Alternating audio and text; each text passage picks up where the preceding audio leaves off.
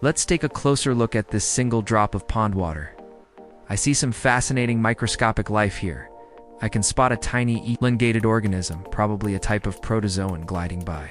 You notice it has a smooth, elongated body, covered in tiny, hair-like cilia, helping it swim and feed, and it appears to be moving through water.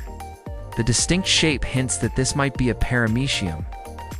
Paramecia are single-celled organisms that often live in fresh water. They play an important role in the ecosystem, helping to break down decaying organic matter. Notice the delicate, thread-like structures weaving through the scene.